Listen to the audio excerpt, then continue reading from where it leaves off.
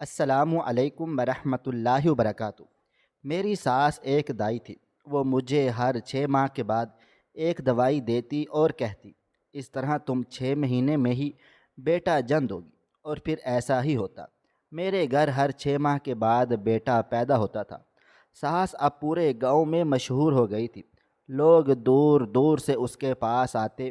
اور پھر ایک دن جب وہ ایک عورت کی ڈلیوری کر رہی تھی، میں وہاں چھپ کر دیکھنے لگی اور حیران و پریشان رہ گئی، کیونکہ وہاں تو وہ ایک بہت بڑا سا…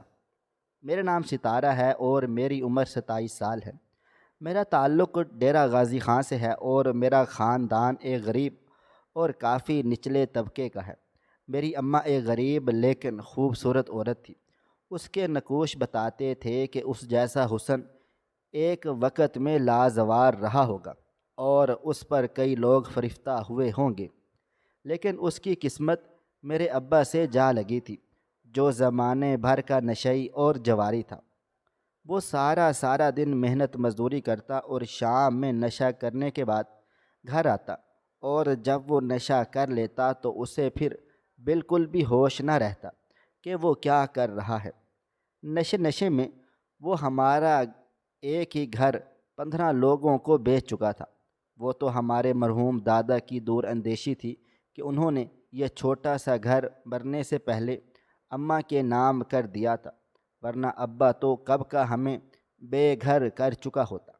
امی کا حسن تو جیسے ابا کے لیے کچھ بھی نہ تھا، کیونکہ ابا بہت ناقدرہ تھا۔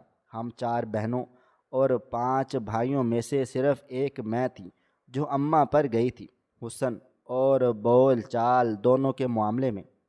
میں اماں پر تھی۔ باقی سب بہنیں بھی اچھی شکل و صورت کی تھیں، لیکن میں ان کے مقابلے میں کچھ الگ تھلگ سی تھی۔ میری اماں اکثر مجھے کہتی کہ رقیہ، میں تیری ماں ہوں، لیکن قسم سے تیرے حسن اور تیری آنکھوں کی دیوانی ہوں۔ جو بھی راہ چلتا مجھے دیکھتا تو ایک بار میرے گال ضرور چھو کر چلا جاتا تھا۔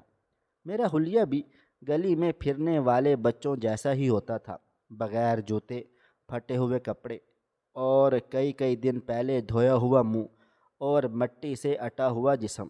لیکن پھر بھی کئی لوگ مجھے گود میں اٹھا کر پیار کرتے تھے، بلکہ کچھ تو مجھے تھوڑے بہت پیسے بھی دے جاتے تھے۔ وہ پیسے میری معصومیت اور خوبصورتی کے تھے یا پھر ترس کے، میں آج تک بھی نہیں جان پائی تھی، لیکن مجھے بس یہ خوشی تھی کہ مجھے جس دن کوئی گود میں اٹھاتا، اس دن اماں کو رات کے وقت کھلونے بیچنے نہیں جانا پڑتا تھا۔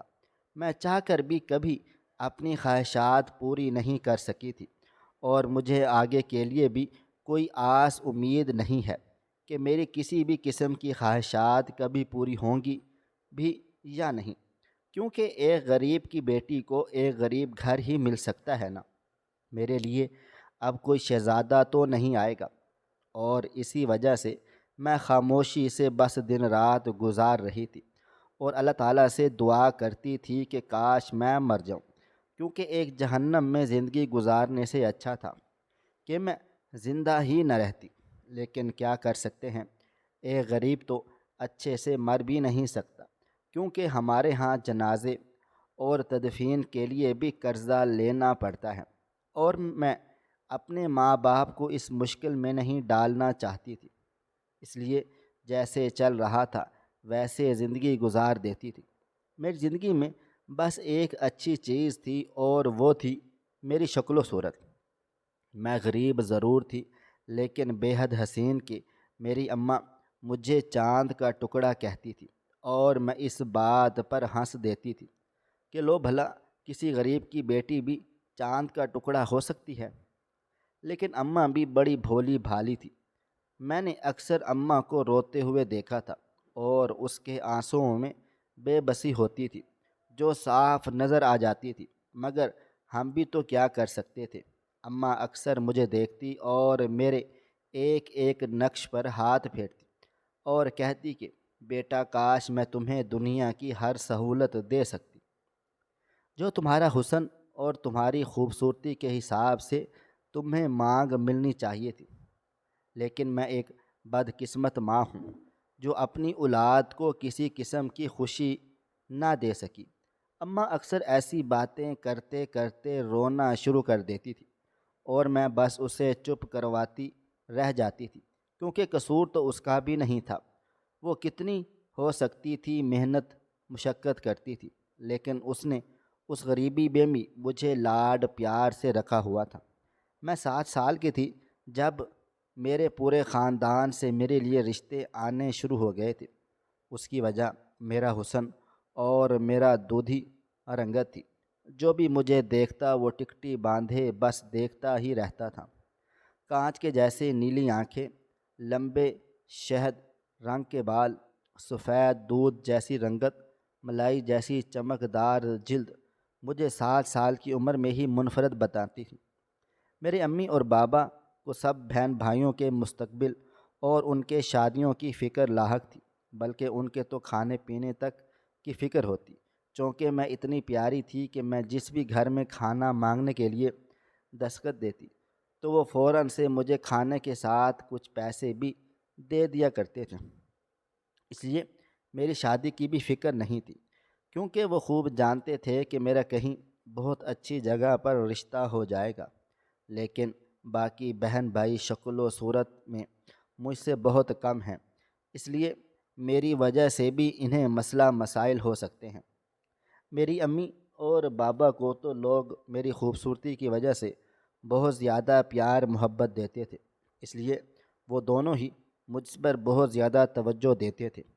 بابا تو مجھے کبھی بھی کسی بھی بات پر نہیں ڈانٹتے تھے، جبکہ باقیوں کو وہ ذرا سی بات پر مارنے پیٹنے لگتے تھے، بلکہ وہ اکثر امی جان سے کہتے تھے کہ اسے کام نہ کرنے دیا کرو، نہ ہی کچھ کھانا بنانے کے لیے کہا کرو۔ انہیں میں موم کی گڑیا لگتی تھی جو شاید گرمی میں کہیں پگھل ہی نہ جائے۔ لیکن میری امی نے میری پرورش بہت الگ طریقے سے کی تھی۔ وہ کبھی بھی بابا یا کسی اور رشتہ دار کی باتوں میں نہیں آئی تھی اور نہ ہی مجھے آنے دیا تھا۔ وہ سب کو یہی کہتی کہ یہ بھی میرے باقی بچوں کی طرح ہی ہیں، اگر میں اس سے کام نہیں کرواؤں گی تو کل کو پرائے گھر جا کر باتیں سنے گی اور پھر ہمیں کوسے گی۔ کہ امی بابا نے مجھے کچھ بھی نہیں سکھایا۔ لوگ ایک آدمہ شکل و صورت دیکھ لیتے ہیں، لیکن پھر باقی کی زندگی سفید چمڑی سے کام کاج نہیں چلتا۔ ہاتھ میں ہنر ہو تو سسرال میں مقام بنتا ہے، اور امی کی یہ بات ہمیشہ مجھے سب سے اچھی لگتی تھی۔ وہ ہمیشہ مجھے سمجھاتی رہتی تھی کہ بیٹا کبھی بھی اپنے حسن پر غرور نہ کرنا، یہ ایک فانی چیز ہے اور وقت کے ساتھ ڈھل جائے گا۔ باقی رہ جائیں گے تو تمہارے عمل اور تمہارے ہنر، اس لیے کبھی بھی اپنے بہن بھائیوں کو یا پھر اپنے شوہر کو بھی اپنے سے کمتر مت سمجھنا، اور شکل و صورت کے حساب سے لوگوں سے پیش مت آنا۔ میں نے سارا بچپن امی جان کی یہ نصیحتیں سنی تھیں، اور اب جوانی کے ساتھ ساتھ مجھ میں اتنا عقل و شعور آ گیا تھا کہ مجھے کسی بھی چیز کا رتی برابر بھی غرور نہیں تھا۔ میں گھر کے ہر کام میں طاق تھی۔ کئی لوگوں کا کھانا ماتھے پر ایک بھی شکن لائے بغیر چٹکیوں میں بنا لیتی تھی۔ سلائی کڑھائی تو جیسے میرا پسندیدہ مشغلہ تھا۔ ہر قسم کا ٹانکا ایسے بناتی کہ دیکھنے والا اش اش کر اٹھتا تھا۔ امی جان اکثر کہتی تھی کہ میں چاہتی تھی کہ تجھے پڑھاؤں لکھاؤں، لیکن وہ میں نہیں کر سکتی تھی۔ لیکن میں نے تیری تربیت میں باقی کوئی بھی کمی نہیں چھوڑی، اور میں بھی جانتی تھی کہ امی جان درست کہہ رہی ہیں۔ اب میں بڑی ہو رہی تھی، اور امی جان نے سوچا کہ وہ خود ہی میری شادی کسی اچھی جگہ کر دیں گی۔ میں بھی یہی چاہتی تھی، کیونکہ ابا تھا تو جواری ہی، اس لیے اماں جان کو ڈر لگا رہتا تھا کہ کہیں وہ لالچ میں آ کر مجھے بیچ ہی نہ دے۔ اس لیے اماں نے خود سے میرے رشتے ڈھونڈنے شروع کر دیے تھے۔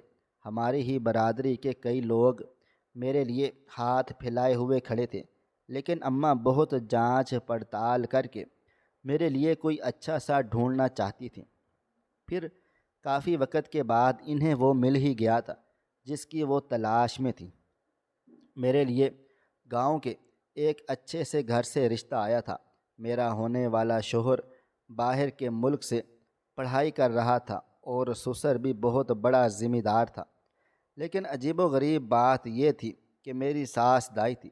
میں نے امی جان سے کہا کہ اگر وہ لوگ اتنے امیر ہیں تو پھر میری ساس یہ کام کاج کیوں کرتی ہیں؟ لیکن میری امی جان نے کہا، بیٹا وہ ایک خدا ترس عورت ہے، اس لیے وہ لوگوں کی مدد کرتی ہے اور وہ کسی سے بھی ڈلیوری کے پیسے نہیں لیتی، اور اچھی بات ہے کہ وہ دائی ہے۔ اب دیکھو وہ اتنی تجربہ کار ہے کہ تمہارے لیے کوئی مسئلہ ہی نہیں ہوگا۔ آخری بات سن کر میں شرما سی گئی تھی اور اپنے کمرے میں واپس آ گئی تھی۔ اب میں بھی اپنی شادی کے دن گن رہی تھی۔ میری ساس میرے شوہر کی تصویر بھی دے گئی تھی، اور جب میں نے تصویر دیکھی تو میں خوشی سے باغ باغ ہو گئی تھی، کیونکہ جیسا میں نے سوچا ہوا تھا احمد اس سے بھی کئی گنا اچھا اور حسین و جمیل تھا۔ اسے دیکھ کر میرے دل میں جتنے بھی شکوک و شبہات تھے سب کے سب ختم ہو گئے تھے، اور میرا دل بھی اب کر رہا تھا کہ بس جلدی سے شادی ہو جائے۔ اب میں دن رات اپنے شوہر کے ہی خواب دیکھتی رہتی تھی اور اس کے بارے میں ہی سوچتی رہتی تھی۔ میری اماں جہیز کے لیے جو بھی کپڑے بناتی تھی میں وہ جب بھی پہن کر دیکھتی تو اپنے آپ کو خیالوں میں احمد کے ساتھ کھڑا ہوا محسوس کیا کرتی تھی، اور دل ہی دل میں سوچتی تھی کہ نہ جانے احمد بھی میرے بارے میں ایسا ہی سوچ رہے ہوں گے، یا پھر انہیں ہماری شادی کا کوئی ایسی شدت سے انتظار ہوگا بھی کہ نہیں۔ مجھے بس ایک بات کا ڈر تھا، اور وہ یہ کہ احمد باہر پڑھ کر آئے تھے، اور باہر پڑھ کر آنے والے مردوں کے باروں میں میری کزن اکثر مجھے آج کل بہت زیادہ باتیں سنا رہی تھیں۔ کسی کو بھی کوئی بھی واقعہ ایسا نظر آتا تو وہ میرے پاس لے آتی۔ مجھے سمجھ آ رہا تھا کہ وہ یہ سب کچھ کیوں کر رہی ہیں، کیونکہ اس وقت وہ شدید جلن کا شکار تھیں اور انہیں سمجھ ہی نہیں آ رہا تھا کہ اپنی بھڑاس کیسے نکالیں، کیونکہ بچپن ہی سے وہ سب مجھ سے جلتی رہی تھیں، اور اب مجھے احمد جو مل رہا تھا اس لیے وہ میرا دل اس کی طرف سے کھٹا کر رہی تھی۔ لیکن میں کسی کے سامنے بھی یہ ظاہر نہیں کر پا رہی تھی کہ مجھے کوئی فرق پڑ رہا ہے یا پھر میرے دل میں کچھ بھی آ رہا ہے، کیونکہ اگر میں کسی کو بھی کوئی جواب دیتی تو اس کا مطلب انہیں ان کے مشن میں کامیاب کرنا تھا۔ اس لیے میں سب کو یہی کہہ رہی تھی کہ اگر وہ رضامند نہ ہوتا تو مانتا ہی کیوں، آخر وہ باہر رہ رہا ہے، ماں کو صاف صاف کہہ دیتا۔ لیکن یہ سب باتیں میں بس اوپر اوپر سے کر رہی تھی، اندر اندر سے تو مجھے بھی ڈر لگ رہا تھا کہ اگر وہ کسی اور کو پسند کرتا ہوا تو میں کیا کروں گی۔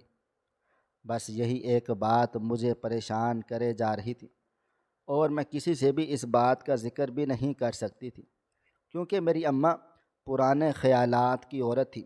انہیں اس سب باتوں سے کوئی فرق نہ پڑتا تھا۔ ان کے لیے یہ بات اہم تھی کہ میں اتنے بڑے خاندان کی پہلی اور بڑی بہو بننے جا رہی ہوں، اور میرا شوہر بھی باہر کے ملک میں رہتا ہے۔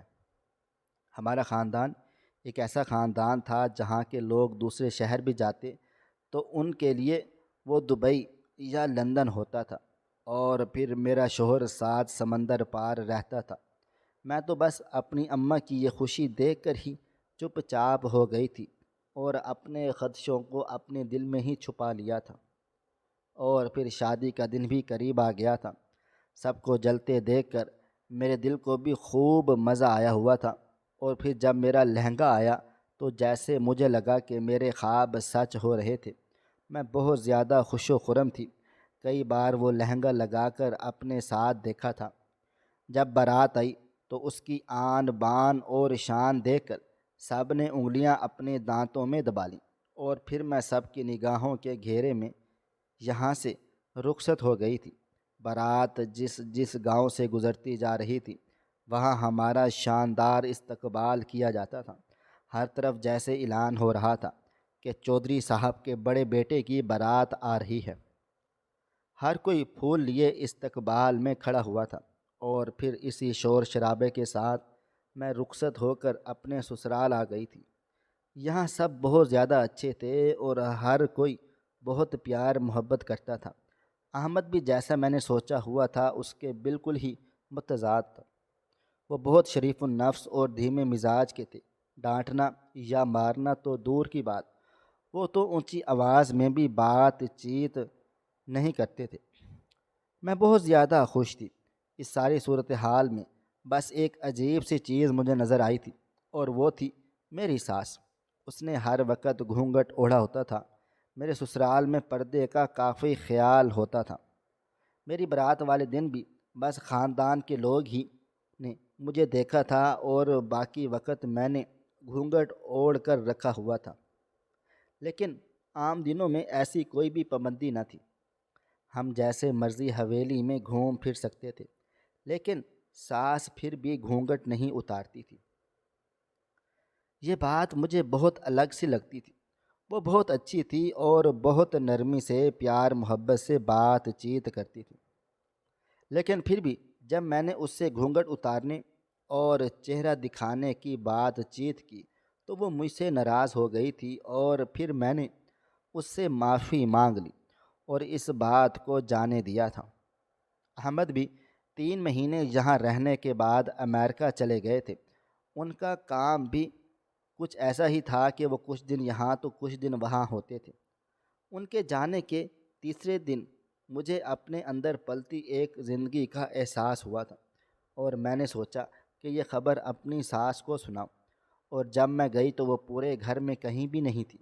پھر ملازمہ سے پتہ لگا کہ وہ مہمان خانے میں ہے۔ میں وہاں پر چلی گئی تو میری ساس کام کاج کر رہی تھی۔ میں نے انہیں یہ خوشخبری سنائی۔ انہوں نے اپنا گھونگھٹ ذرا سا سرکایا اور مجھے بہت زیادہ مبارکباد دی۔ وہ اس وقت واقعے میں بہت ہی خوش و خرم لگ رہی تھی، اور ان کی خوشی میں نے بھی محسوس کر لی تھی، اور میں اندر تک سرشار ہو گئی تھی۔ اور انہوں نے کہا مجھے کہ دیکھو بیٹی، مجھے لوگوں کے بچے پیدا کروانے کا بہت تجربہ ہے، لیکن میں کوئی دقیانوسی ماں نہیں ہوں، اس لیے میں تمہارا علاج خود کروں گی۔ تمہیں بہت ساری دعائیں میں گھر پر تیار کر کے دوں گی، اس لیے تم فکر نہ کرنا، پریشان نہ ہونا، اور گھر کا بھی آج سے تم کوئی کام کاج نہیں کرو گی۔ مجھے بہت زیادہ خوشی ہوئی تھی کہ میری ساس اتنی اچھی ہے۔ اور پھر امی مجھے روز دوائی دینے لگی، اور تیسرے ہی مہینے میں میرا پیٹ اتنا پھول گیا کہ جیسے آخری دن چل رہے ہوں۔ میں بہت زیادہ حیران تھی۔ میں نے اپنی ساس کو بتایا کہ میرے ساتھ یہ سب کچھ ہو رہا ہے۔ مجھے لگا تھا کہ وہ بھی میری طرح پریشان ہو جائیں گی، لیکن انہوں نے کہا کہ بیٹا، یہ میری خاص دوا کی وجہ سے ہے۔ اس میں 9 ماہ کی بجائے بچہ 6 ماہ میں ہی پیدا ہو جائے گا۔ تم بس پریشان نہ ہو اور مجھ پر بھروسہ رکھو، اور جیسے ہی میں تمہیں دوا دیتی ہوں ویسے ہی لیٹی رہو۔ میں بھی چپ کر گئی اور سوچا کہ ان کو زیادہ پتہ ہوگا، کیونکہ میں تو ابھی بچی تھی، اور مجھے میری امی نے سمجھا کر بھیجا تھا کہ بیٹا چاہے کچھ بھی ہو جائے، اپنی ساس سے کسی بھی قسم کی بحث و مباحثہ نہ کرنا، اور جو وہ کچھ بھی کہیں چپ چاپ خاموشی سے مان لینا۔ اس لیے میں خاموش ہو گئی تھی، اور دن گزرے گئے تھے، اور پھر واقعی میری ساس کا کہا سچ ہو گیا۔ مجھے 6 مہینے میں ہی شدید درد اٹھا تھا، اور میری ساس فوراً سے سمجھ گئی تھی کہ وقت قریب آ گیا ہے۔ وہ مجھے ایک کمرے میں لے گئی جہاں کوئی بھی نہیں تھا، اور انہوں نے میری ڈلیوری کر دی۔ میرا بیٹا ہوا تھا، اور وہ بچہ اتنا تندرست اور صحت مند تھا کہ اسے دیکھ کر کوئی بھی یہ نہیں کہہ سکتا تھا کہ یہ 6 ماہ میں پیدا ہوا ہے۔ میں بہت زیادہ خوش و خرم تھی، اور اب مجھے بھی یقین ہو گیا تھا کہ میری ساس ایک تجربے کار عورت ہے، اور واقعے میں ہی اس کا تجربہ سب سے الگ تھلگ اور انوکھا ہے، اچھا ہے۔ میرے دل میں بھی ان کی عزت بڑھنے لگ گئی تھی۔ اب میں انہیں دل سے امی جان کہتی تھی اور ان کی خوب خدمت کیا کرتی تھی۔ لیکن پھر اس کے بعد اچانک ایک عجیب و غریب سی چیز ہوئی۔ جو دوائی امی مجھے دیتی تھی وہ انہوں نے جاری رکھی تھی۔ میں نے کہا یہ دوائی تو حمل کے دوران کی تھی، پھر اب کیوں استعمال کروں؟ لیکن امی جان نے مجھے چپ کروا دیا، اور پھر میرے بیٹے کو ہوئے ابھی تیسرا ہی دن تھا جب مجھے پتہ لگا کہ میں پھر سے امید سے ہو گئی ہوں۔ میں بھاگ کر فوراً اپنی ساس کے پاس چلی گئی اور انہیں بتایا کہ میرے ساتھ یہ ہو رہا ہے، اور وہ اب بھی پریشان نہیں ہوئی تھی اور مجھے خوشی سے گلے لگا لیا تھا۔ اب کی دفعہ پھر سے وہی سب کچھ ہو رہا تھا جو پہلے ہوتا ہوا آیا تھا۔ تیسرے ہی ماہ میرا پیٹ پھول گیا تھا اور ایسے لگ رہا تھا کہ جیسے آخری دن ہے، اور پھر چھٹے ماہ میں نے ایک بیٹے کو جنم دیا تھا۔ اب ہر دفعہ یہی کچھ ہوتا، اور اب میرے 7 بیٹے ہو چکے تھے اور ساس پورے گاؤں میں مشہور ہو گئی تھی۔ اب تو 5 عورتیں بھی میرے ساس کے پاس آ جاتی اور دوائی لیتی تھی۔ ہر جگہ میری ساس کی واہ واہ ہوتے چلے جا رہی تھی، اور وہ 6 ماہ میں ہی بچہ ڈلیور کر دیتی تھی اور کوئی بھی نقصان نہیں ہوتا تھا۔ لیکن ایک چیز اب بھی ویسی ہی تھی کہ وہ ڈلیوری کے وقت بھی گھونگھٹ نکال کر رکھتی تھی۔ مجھے اب کافی چیزیں کچھ ٹھیک ٹھاک نہیں لگ رہی تھی۔ میں نے احمد کو بتایا کہ دیکھیں احمد، ایسا بھلا کیسے ہو سکتا ہے کہ 6 ماہ میں بچہ ہو جائے؟ میں نے احمد کو صاف الفاظ میں بتا دیا تھا کہ مجھے ان کی اماں جان پر شک و شبہ ہے، کیونکہ مجھے لگ رہا تھا کہ وہ کچھ غلط کرتی ہیں، لیکن مجھے سمجھ نہیں آ رہا تھا کہ ان کا یہ سب کرنے کا مقصد آخر ہوتا کیا تھا، کیونکہ وہ کسی سے بھی ڈلیوری کے پیسے نہیں لیتی تھی، بلکہ خود ہی جو خرچہ اوپر آ جاتا وہ ادا کر دیتی تھی۔ بلکہ میری ساس تو کسی سے بھی دوا کا خرچہ بھی نہیں لیتی تھی۔ احمد سے جب میں نے شکایت کی تو انہوں نے مجھے آگے سے جھاڑ پلا ڈالی کہ میں ان کی فرشتہ صفت ماں پر الزام لگا رہی ہوں۔ ان کی امی سارے گاؤں کا بھلا کرتی ہیں اور میں ان کی بہو ہو کر بھی ان پر شک و شبہ کر رہی ہوں۔ احمد نے یہ تک کہا کہ میں اپنی ساس سے جلتی ہوں۔ مجھے اتنا سب سن کر ہی بہت عجیب و غریب سا لگ رہا تھا، جیسے احمد ڈرے ڈرے سے مجھے ڈانٹ ڈپٹ کر رہے تھے۔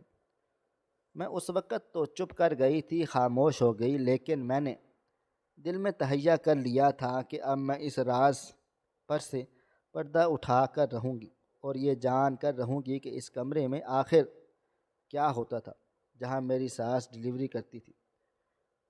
پھر مجھے بہت جلد ہی وہ موقع مل گیا جب مجھے اپنی ساس کے راز کا پتہ چل گیا تھا۔ اس دن شاید قدرت میرے حق میں تھی، اس لیے وہ واقعہ رونما ہوا تھا۔ میں اپنے بیٹے کو کمرے میں سلا رہی تھی جب اچانک سے باہر سے کچھ آوازیں آئی تھیں۔ میں باہر گئی تو ملازمہ نے بتایا کہ ایک عورت کو درد اٹھا تھا تو وہ ساس کے پاس چلی آئی ہے۔ امی جان اسے کمرے میں لے گئی اور اس کی ڈلیوری ہو رہی ہے۔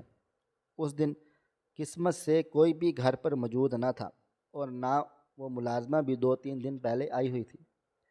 میں نے اسے کہا تھا کہ ٹھیک ہے، میں دیکھ کر آتی ہوں کہ امی جان کو کسی چیز کی کوئی ضرورت نہ ہو، پھر آ کر تم کو بتاؤں گی۔ اس نے مجھے اندر جانے دیا۔ اگر نئی ملازمہ ہوتی تو مجھے روک لیتی، کیونکہ سب کو معلوم تھا کہ اندر جانا سختی سے منع کیا گیا ہے۔ میں اندر کو چلی گئی تھی اور پھر چھپ کر دیکھنے لگی کہ اندر ہو کیا کیا رہا ہے، اور پھر میرے سامنے وہ گھونگھٹ کا راز بھی کھل گیا تھا، اور میری ساس کی دوائی کا بھی، اور اس 6 ماہ والی بات کا بھی۔ لیکن ساتھ ہی مجھے ایک بہت بڑا دھچکا بھی لگا تھا جب میں نے اس کمرے میں اپنے شوہر کو دیکھا تھا۔ مجھے بالکل بھی سمجھ میں نہیں آ رہا تھا کہ وہ یہاں پر کر کیا رہا ہے۔ اب مجھے پتہ لگ گیا تھا کہ انہوں نے مجھے کیوں ڈانٹا تھا۔ میں ان کے سامنے جا کر کھڑی ہو گئی تھی، اور تب میری ساس اور شوہر کے چہرے سفید پڑ گئے تھے، اور ان کو دیکھ کر صاف صاف پتہ چل رہا تھا کہ وہ کچھ غلط کام کاج کر رہے ہیں۔ اور پھر میری ساس نے اس عورت کو جلدی سے اس کی اولاد دے کر بھیج دیا، اور پھر میں نے ان سے پوچھا کہ کیا ہو رہا ہے۔ تب ان لوگوں نے بتایا تھا کہ 6 ماہ میں بچے پیدا نہیں ہوتے، بلکہ میری ساس کی وہ دوا اسے بس عورتوں کے پیٹ پھول جاتے ہیں، اور انہیں لگتا تھا کہ وہ امید سے ہیں، اور یہ وہ بچے تھے جنہیں ان کے ماں باپ لاوارث چھوڑ کر چلے جاتے تھے، وہ ان کو بعض لوگوں کو دے دیتے تھے۔ اس لیے میری ساس نے وہ دوا والا کام شروع کیا ہوا تھا۔ وہ ہر وقت گھونگھٹ اس لیے رکھتی تھی کہ وہ گاؤں میں اکثر یہ دیکھنے کے لیے گھومتی پھرتی رہتی تھی کہ کون سا جوڑا بے اولاد ہے اور کون بچہ نہیں چاہتا، اور وہ نہیں چاہتی تھی کہ لوگ ان کو پہچان لیں یا کسی بھی قسم کا کوئی بھی شک و شبہ کریں۔ مجھے اپنی ساس اور شوہر کی بات سن کر بہت زیادہ خوشی ہوئی تھی، اور اب میں بھی ان کے ساتھ اس نیک کام میں شامل ہو گئی ہوں جس میں وہ بے گھر بچوں کو پیار کرنے والے والدین دیتے ہیں۔ اگر وہ لوگ ویسے کسی باندھ جوڑے کو پکڑا دیتے تو وہ اسے ان کو لگتا کہ شاید وہ ان کی اپنی اولاد ہے۔ ناظرین، آج کی کہانی آپ کو کیسی لگی؟ کومنٹ باکس میں اپنی رائے کا اظہار کریں۔ ملتے ہیں کل ایک نئی اور دلچسپ کہانی کے ساتھ۔ اللہ حافظ۔